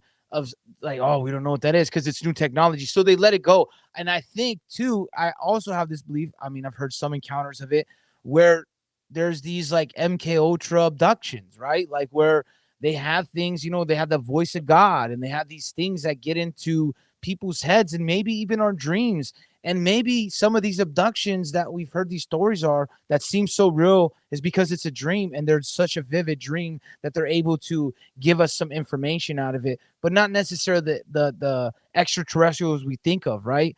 That's where I think that the hiding part is more that these angels are the real, you know what I mean? Like the Bigfoots, these real creatures and Mothman, whatever we want to say, are these mergers of these dimensions. That's what I'm thinking, because that seems like more realistic. I'm not saying space is real or not real. I have no idea about that part because I've been really focusing on this merger of dimensions, and I think that's where we get the Bigfoots. That's where we get these homunculus and alchemy that come from the fallen angels that have built a lot of that stuff up. I really am subscribed to that. To your And point, the though, other part Sean, is just hiding from the military. to your point, Sean, a lot of these UFOs that are seen come out of the earth, right? They come out of the ocean, they come out of the earth, they come out of portals, they come out of like a dimensional shift. So I think there's that piece of it too. I'm with you. I'm not saying there's not space, but Yeah. at the end of the day, I think that if you're talking about interdimensional beings, man, that's a whole different concept. Also, let's borrow from our buddies over at Cryptids of the Corn. They talk about interdimensional creatures that aren't necessarily good or evil. You got to think about, in another dimensional place, there are things there that could be dangerous to us, maybe not dangerous to us. Do you know Mothman has never really hurt anybody? That's the best part. It's just scary looking. He's just For the most part, misunderstood, Joel. he just misunderstood. It's like Justin always says, he calls them the trash pandas of their universe. Like he thinks they're like they're literally like the raccoons because they're always over here scavenging and they're scared and they're always like they're asking for help or they're trying to get back to somewhere. Look, man, everything ain't evil either. Let's put that in a dimensional. Well, even space. Bigfoots, man. Even the Bigfoots, Yeah. like they don't really attack a lot. A lot of the ones that I hear chasing people, that like a lot of the encounters were like the white Bigfoots. Like, you know what I mean? That's what's interesting. So maybe those are the ones that are experiments. Tone you know down what the I mean? racism, Sean. Please tone it down. All Yeah, white Bigfoot lives matter. All white Bigfoots are they attack you, man. I saw Cocaine Bear last night, so I'm like, that's I how my loved mind. it, right? What a movie! That shit was incredible, man. What the fuck was that, bro? What was that? What? You know, hold on, it deserves the button. What the fuck? I was like, what is happening this whole time, bro? That was crazy. No, it's just the whenever I see like stories of that, it's like, Why are you running? Why are you running? you know, the Mothman is just trying to come after you, trying to be your friend. I mean, it just wants a hug, man. You know, everybody, when you see your cryptid, your neighborhood cryptid, you know, maybe stop to think about him for a second. What if he's alone? Cryptid. Oh, He think about, if he's alone, he has no friends, he's alone in this dimension, give him a hug. Next time, stop for that cryptid on the side of the street. You know what I'm saying? So just think about the cryptids. That's all I'm saying. yeah, just like the homeless lizard people, we are advocating for that. So it's a real deal. You know what I mean? Go to change.org, save the homeless lizard Think people. about it, man. They've been in intergalactical battles for how long, man? And you got some man got PTSD, man. Their brethren didn't care about them anymore, man. They're tripping out, man. They're forgotten. They can't even shapeshift right. Like half of them shapeshift, the other half's not. They need help. It's just like the eyes is twitching. Blood, man. But some got it good. Some are in the White House. You know what I'm saying? That those are the ones that are on the higher. Yeah, the spectrum. elitist ones. Yeah, but the working class reptilians, they get treated like garbage, man. Like, you know what I'm saying? The elitist reptilians. That's what we're always talking about. People don't really understand this whole concept of reptilians. And Peter Joseph, well, if you got a problem with reptilians, that's probably because you're with the elitist ones and you could care less about the working class reptilians. And I'm sick of people like you. I think he is a reptilian. Look at his face again, man. He's got that weird hair all the way back to it's almost like a mask. It looks like he LARPs, bro. Like he looks like oh, dude, look at this picture of him. Oh my goodness. Hold on. Is this him? This is not him. Hold up. Let me see. Yo, is that him? No, that's not him. Yeah, that's him right there. Yeah. This is him, but I'm saying, is this who's this? I'm not sure who that is. I don't know if that is him, man. That's a face. Yo, he's shifting. They caught him mid-shift. Yeah, man, no, man. Yo, that kind of looks like him a little bit, bro. I'm not gonna lie. He looks like he LARPs in the forest. That TZM logo, man. Go back to that. That Zeitgeist movement logo, man. That's so. Oh, it's a flat Earth. Is that a flat Earth? Oh, even better. Oh, it is. Look, it's got the little ice wall. Hold on. With the entrance out.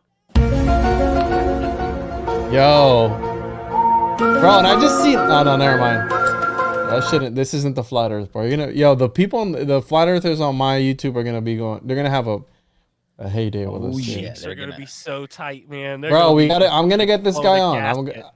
I'm gonna reach out to this guy. That's him. That's like a more recent. Real weird, man. Listen, I'm gonna get him on. I'm sure he's a cool guy.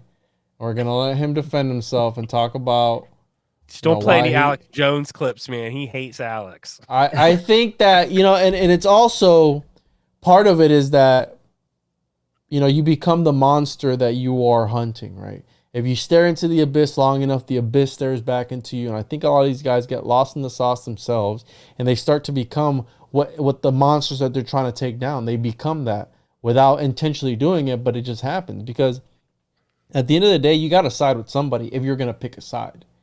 Right, you have to side, and so it's like you're either with these people or these other people, and it's how you said like you're talking about the same people, and then you're talking about movements that are criticizing those exact people. Like, what are you doing? So it's like a paradoxical type of thing, but I think it goes beyond that. I think it's not about that. It's about something deeper because remember around this time, what was popping off? MySpace.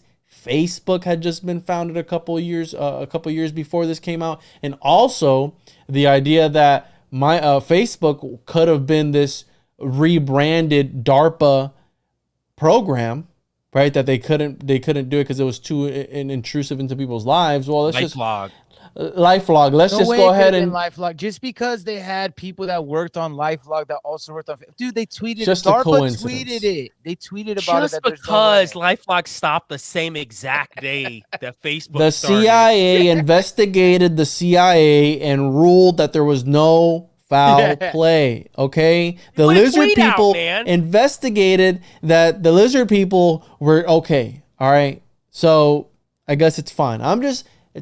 Sounds kind of, it might be a coincidence. You're right, Sean. It might be a coincidence. It could be a crazy coincidence, and there's probably nothing behind it. And we're just crazy conspiracy theorists that just come up with these crazy ideas with no foundations and no evidence, right? What I would like to do is to see if we can get a Peter Joseph verse. What's his name? That action star. Who's that kung fu dude? Man, I just had his name right now in my head. Steven Seagal. Steven Seagal versus Peter Joseph in a debate. of the ages, man. I think that would be a great debate, man. Peter I'd watch Segal, bro. Steven Seagal Oh, Steven Seagal. and versus Peter Joseph. Peter Segal. Just mix them. Mix them together. But Peter Joseph also looks like he would sell me a flat screen TV at Best Buy. So I mean, he has a lot of attributes that I see from him. He also looks Steven like he Seagal worked has at some Blockbuster at some point. He has some conspiracy stuff. What's up with him? Steven Seagal? Yeah. No, I'm just saying, like, he just have you ever heard him talk? No, I haven't actually. Oh man, just him. Whatever. He just like thinks he's like the best at everything. Like he's one of those guys. He's like Hulk Hogan. You know how Hulk Hogan's like, yeah, man, I pretty much did everything. Like, and he like lies. Yeah, because he could kick your fucking ass. A 7th damn black belt in a Aikido. No, IKEA. No. Yeah, this guy can John beat the translation. can beat the bricks out of you, bro. I talk to people mad disrespectful too. If I You was got to see, there's this whole show where he was like just talking like to all like he's training these like super elite like forces, and they're just like, dude, what are you talking about? You can't do that shit. Like he looks like the guy from Detroit that tries to disarm people. You know what I mean? I'd like, be disrespectful you just hit the gun too. out of his hand, like self-defense. You're like, nah, bro. Like Yeah. they were like, nah, bro, you can't do that. Like, and he's a fat slob, man. Yeah, I said it. What's he gonna do? He ain't gonna do shit, man. I'll tell him right now. See, go, you ain't gonna do shit. Sean, shut up, bro. So, what else we got on this fool? I mean, so there's 3 movies. I watched all 3 of them. I mean, people can watch them and come up with their own interpretations, right? We're not saying that this is the end all be all, but it's fishy. That's all I'm saying. There's some inconsistencies. The information is subjective. You can take it for it being true, how you can take it for it being false. It's really up to you and where you stand with your core beliefs as well. And so, I don't know. I think it's on the scale of fake and gay. I say it's pretty gay. That's what I'm gonna rule it. More gay than anything. Yeah, because whether, again, intentionally or somebody with whispers in his ear, whether he had good intentions or bad intentions, if you follow the trail of what he did and what he started and the other movements that he's a part of, the people he's connected with, he heavily supported Occupy Wall Street, which I did too. So, I mean, like, that's easy. That's not one. But, I mean, to go from there and you see where he fractured off of. So it never seemed like if he either had somebody in his ear or he never really critically thinked himself. He just got down a rabbit hole. So I'm like in a half and half. So I either think he's a psyop or he just went down a rabbit hole and he didn't fully critically think and he just stuck to his guns one way and he won't see the full spectrum of things, because to really have a grasp of anything, it's not about how much knowledge you know. It's about how can you be relatable to people and can you have these discussions with being able to be wrong and being able to learn and have more growth in your life. And I think he's one of those people that what he thinks is right, and that's it. And real quick, I want to add, I give credit where credit is due. And one thing that I did like about him was that he offered quote unquote solutions, which I think that's something that not enough people do in this community. Like we talk about the occult, we talk about the lizard people, we talk about all these different things, but I don't feel that we offer any practical advice as to how to handle the occult or how to handle. And again, I mean, maybe it's not the type of show that I run, but I like that where it's like, well, you're talking all this smack. What do we do about it? What are you supposed to do? And he kind of offers you like, yo, do this, this, this, this. Now, you know, the agenda behind that aside, but I do take that into consideration where it's like, okay, I give you kudos for that. Like you offering like an actual something that people can follow for themselves to help them. Like, hey, get off the grid. You know, don't pay for the electricity anymore. Be self-sustainable. Like stuff that is good, but it's like, okay, you know, what are you getting at? Like at the end of the day. So I just want to say that he does offer some good pointers as to where to start in some of these movies. Right. And my assessment is, just to piggyback on what you just said, yeah, he's offering solutions, but now his solutions are to vote for guys like Bernie Sanders, who's a super socialist. And he talks about, how xenophobia is ruling the world right now, how we need universal health care and all of the great Marxist lingo. So again, I do think just from a base level, I think it was a social experiment for him. I think even if there was a psyop machine behind him, a think tank behind him that pushed this, I think for his personal view, I think maybe he was telling the truth. I think maybe it was a social experiment for him. Maybe he is in that kind of elite category of people because he seems pretty intelligent when he talks, unless he's some sort of AI or whatever, clone AI, whatever. Joel, but just relax. All right. But yeah, I know. We could go there, but we're not. So he essentially, I think that he just at a social level, he's like, you know what? Yeah, I'll do this for you guys. I'll make this film, put it out there, but I'm curious to see how people are going to react 20 years from now, 30 years from now. This is an impactful film. Like, it still is. People still look to this as kind of like the Bible that opened them to conspiracies and opened their mind up to new ways of thinking. So I think he kind of won in a lot of ways. He got his social experiment, and it's still evolving. So he's still getting to watch this turn into this beast that it has turned into. So is he watching us? Like, is he in like the corner watching us like right now? That's kind of weird, man. That's cucky. Yeah. No. I don't think that, he man. is, but I think that that there are projects and things going on different levels of the spectrum. Right now, this is like the exoteric, hey, let's put it on YouTube, let's see how much traction it gets, even if it was artificial or not, see how people react to it. Then you have the other stuff like the DARPA stuff. Let's see what happens when people actually voluntarily give their information up. Let's not make them give their information. Let's have them give it to us and see how they react. So I think that there's different levels of interaction, and I think that they're testing us like all the time. I mean, you have the whole TikTok thing right now. You have a whole bunch of, they have the new AI now that's going to be scanning, I think, podcasts to see what you're saying. I think you sent it to me, Joel. Yeah, I did. To see what you're saying. Scanning podcasts to pick up algorithmically keywords. Copyright strike stuff, right? Like, again, I mean, I think that there are psyops within psyops sometimes, and not so much psyops, but maybe like social experiments to see how people react. I think that's what they're looking for, that reaction, and or see levels what of they control. do. To how much to see how far control they can get. How far they can push it. Like, okay, let's present this and see how much we can get away with. And by the time you know it, they're sitting on your couch actually watching you, Sean. I can honestly say, to give him some credit too, he could have maybe just not social experiment. I do think that the piece did capture like what was going on in that time, because it was after 9/11. We were already in Iraq. There was tons of protests everywhere. And then the other films were made during the collapse, right? Like the housing crisis, all these things in the middle of it. So I think he did capture pretty well some of what was going on. And I think some of it is that he didn't put the right context to it. So, like I said, I don't know if he's a bad dude. Like, I really don't know him. I liked some of the information in there. I understood a lot of the banking stuff that he put in there. I like that aspect of it.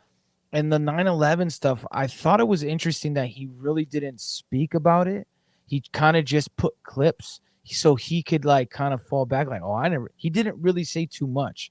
He interjected here and there, but it was mainly these videos of like saying it was, explosives and took stuff from Loose Change and things of that nature. So I started thinking about that. Well, maybe that was his part of capturing what was going on at that time of the whole society. Now, his reasonings behind it to me are definitely a little bit nefarious, whether it's for connected with somebody or not. He did bring solutions, but his solutions were kind of government oriented, but disguised, right? He was like, oh man, we don't need a government. They want a one world government, but maybe if we have this other government, they might be a one world government too, but they're totally different. These ones are good. This one's a good one. Like, it just felt like that level. And to me, when people don't allow voices to challenge them, that's something that I don't like in this field we're in as well. Sometimes, like, people only want to have on people that believe in flat earth. Hey, I believe flat earth, they won't believe in it. So I believe in flat nipples. How's that? I like that. Great. Someone could just sample that right now and they're gonna be like, see, he believes in flat earth, fucking psyop. So no, and also I want to add that so we do podcasting and we do it for, I mean, I have a Patreon. You guys are going to start your own thing soon. But the idea that this guy, you know, what was he doing for work to fund this? Where was he finding the time to do the research? Right. And that just adds to the idea that it could have been a group of people. Because he even talked about, it's like, yeah, you know, I don't have a lot of money. I have even less now that I'm putting this out. I was like, where'd you even get your money to begin with? Who was funding you? Right. It's like people don't ask those questions and think about like, oh, okay. In defense, if you look at it, it's kind of not that high of a budget. He just took a bunch of different YouTube videos of the time, like Jordan Maxwell's big in that, other philosophers, other people at the times, and like I said, like Loose Change, until the next film. Now, the question is, I do have, what do you say, where did that money come from? Because there's animations and shit in it. Monetization at that time. I don't remember monetization coming to effect with YouTube. I don't remember them paying. No, they were paying, bro. They were paying at that time. Yeah. So maybe that first film, the first film is low budget. Like that's why it's so artsy. But it's not impossible, is what you're getting at. It's like, it's low I don't budget. think it's impossible. I think it's more low budget for him to make it. I agree. I think now the more question would be like, how did it go so viral? But again, at that time, things were kind of like free set. I think they did it on purpose, right? Like they wanted it to look organic, in my opinion. I'm not saying no one's behind them. I just really feel like they did their best to make sure that it looked organic. Because when you see how the film was put together, you're like, oh yeah, someone threw that together. I mean, he did it. He didn't just throw it together. It was done well, but that's where I got from it. Here's to what you said though earlier though, Sean.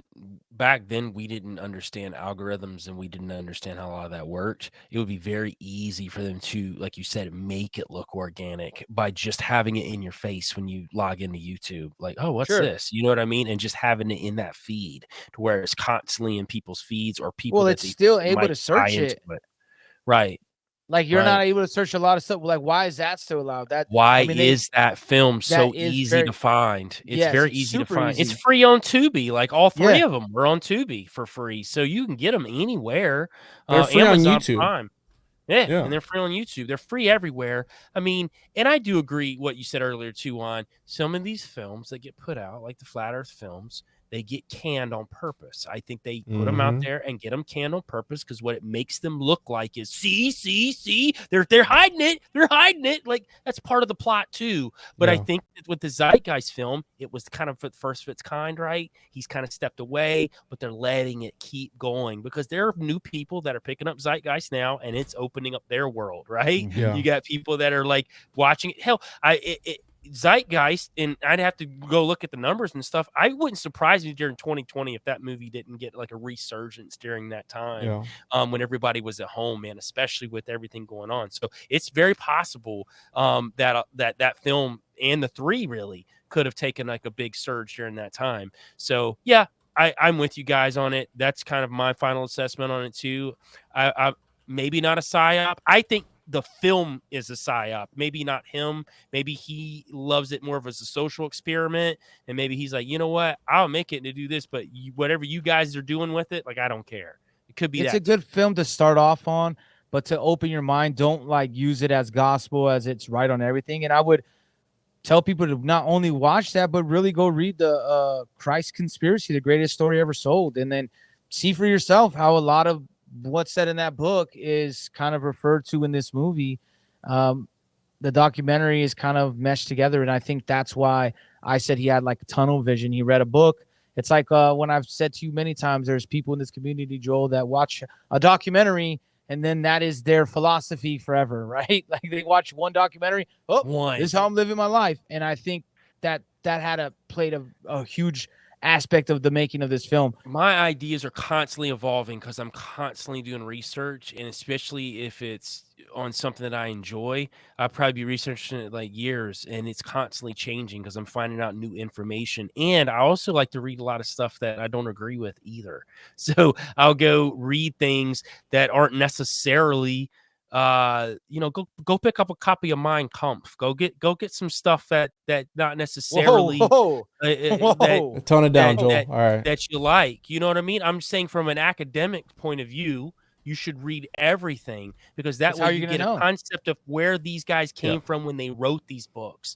You know, Karl Marx, I've got a bunch of his works at the house too. Like, you want to understand why they think certain ways, so that way you know how to combat it. It's not that you're reading it to agree with it. You're just understanding a full scope of views. You know what? One of my biggest issues with people that don't like the Bible or like Christianity, they never read the Bible. They read every book that has against the Bible and how to defeat it, but they never read it. It's like, okay, if you read it and you don't like it, fine. I understand that, but don't do that with anything. So like for me, if I don't like, Marxism or whatever, I want to understand it. I want to understand where they're coming from, what the concepts were, because at some point in time, and even now, people think it's a good concept. So why do they think that, right? How do we combat that? Well, we got to understand it. And I think that's with anything.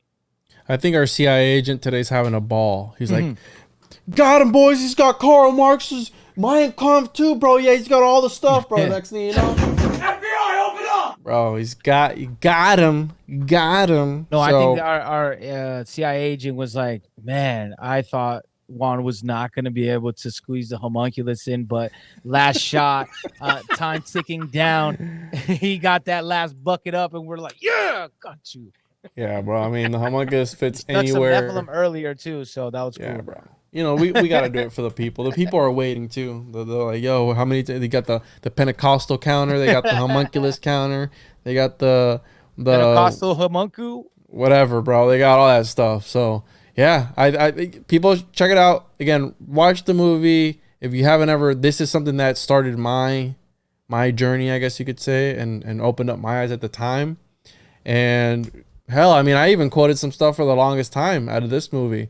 And I would have conversations with people. This is, before I had the podcast and all that, with just ideas that stemmed from this until you start to how Joel's talking about doing your own research and reading and actually peeling the layers back and go, damn, so-and-so is full of shit. It's like, okay, well, now you know, but how many other people know that you know now? Right. So yeah. Anything else, Sean, Joel? I think that's it, man. No, I'm good. Like Enoch said, loosen now cheeks. That's all I got to say to everybody. Loosen thy cheeks. Make sure to follow me on social media at the Juan on Juan podcast, tjojp.com.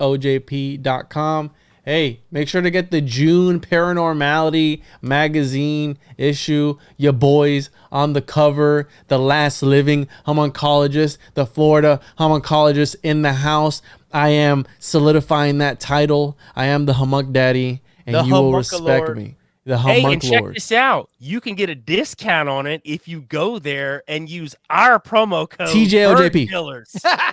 TJOJP. Bird Killers. TJOJP, promo code TJOJP, and TJOJP.com. Just get 2 subscriptions. And you can, might as well just do 2 subscriptions. You're gonna Exactly. So Humunk Killers and TJOJP.com. I'm just kidding. So we'll post the links in the description. You guys want to plug anything before we get out of here? KillTheMockingbirds.com, man. You know what I mean? We got the site up and running, building the members only, but you can go to KillTheMockingbirds.com to get all of our podcasts and so much more that will be coming. And if you still want to follow us on the social medias, go to Telegram, Kill the Mockingbirds, Instagram, Kill the Mockingbirds Podcast, Instagram, Van Tesla Music, Instagram, Sean Chris Music, and don't forget to check out all of our music on Spotify, Apple, whatever you go to. Joe Thomas, Sean Chris, you can find it. Easy to search up. Right on, boys. Another one in the books. Get a little. Bye-bye, motherfucker. We'll figure out what we're going to talk about in the next one. But as always, everyone, love each other. Don't be a piece of shit. And be a good person. Love you guys. See you on the next one. Peace.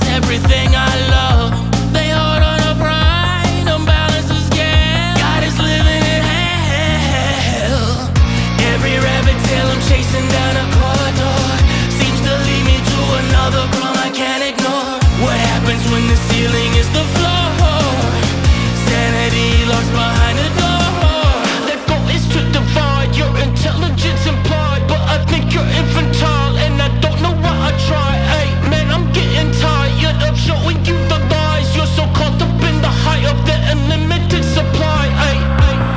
When I think reality is concrete, cracks from the truth begin to taunt me. Ghosts from another time tried to haunt me, but all they brought me was the best on the loop.